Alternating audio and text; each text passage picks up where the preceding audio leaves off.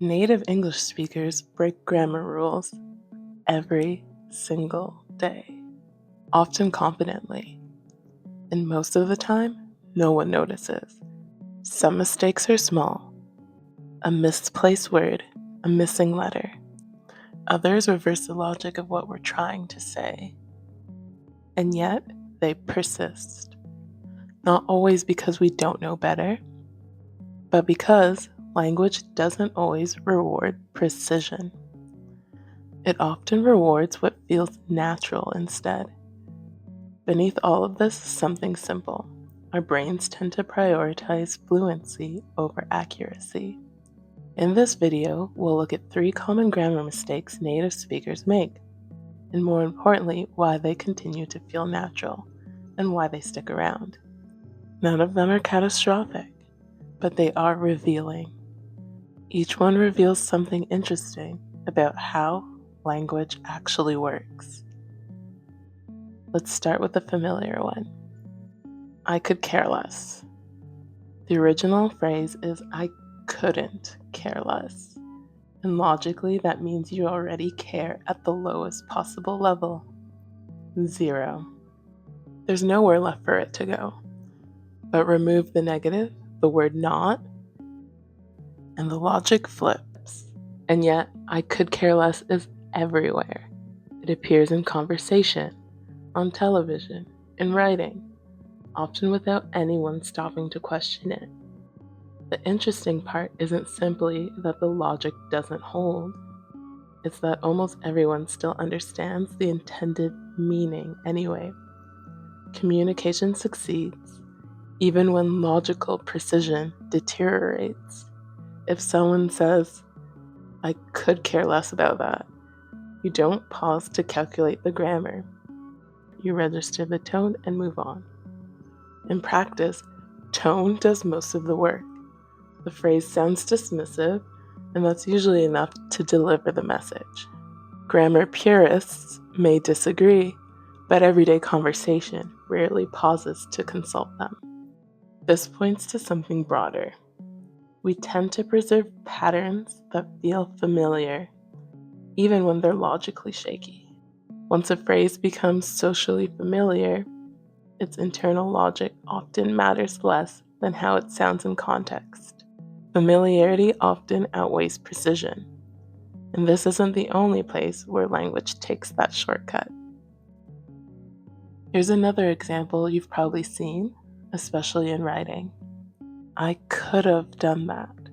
The correct form is I could have done that. So why does could have appear so often?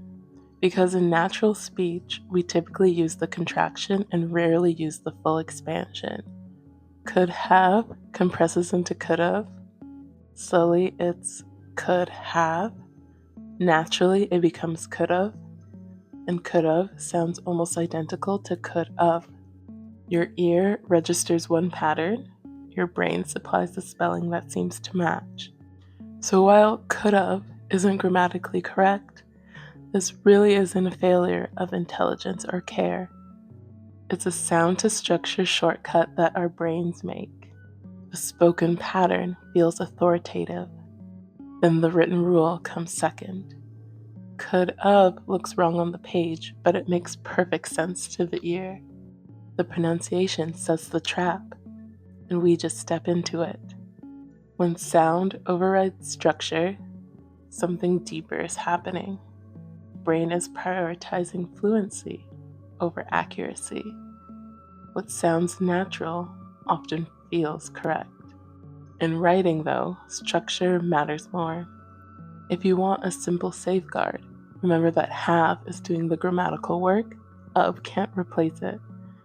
So in the first example, familiarity outweighed logic. Here, sound outweighs structure. Next, we'll look at what happens when the structure itself becomes difficult to track. And then there's this one. I'm going to lay down. Most people pause here. Is it lay or lie? Part of the confusion is that both words exist. Both sound natural, and both appear frequently in everyday speech. So your brain doesn't immediately flag either one. Technically, lie means to recline, lay means to place something down. Lay requires an object, lie doesn't. And just to make things slightly inconvenient, the past tense of lie is lay, so the forms overlap. In real-time conversation, that overlap makes the distinction harder to track. When someone says, "I'm going to lay down," it doesn't sound absurd, it sounds familiar. The structure may be imperfect, but the rhythm feels right. And once again, familiarity guides perception. When rules become complex, the brain often defaults to the version that feels easiest to process. A simple, practical shortcut can help. If there's no object involved, you probably won't lie. But in everyday conversation, the distinction often blurs. We've looked at 3 common mistakes native English speakers make, and across all 3, something similar is happening. Familiarity can outweigh logic, sound can outweigh structure, and complexity often invites simplification. These patterns aren't random. They reflect how language adapts to the way human minds work. Language isn't just a system of rules, it's also a system of habits. Habits we inherit, repeat, and sometimes reshape without even noticing.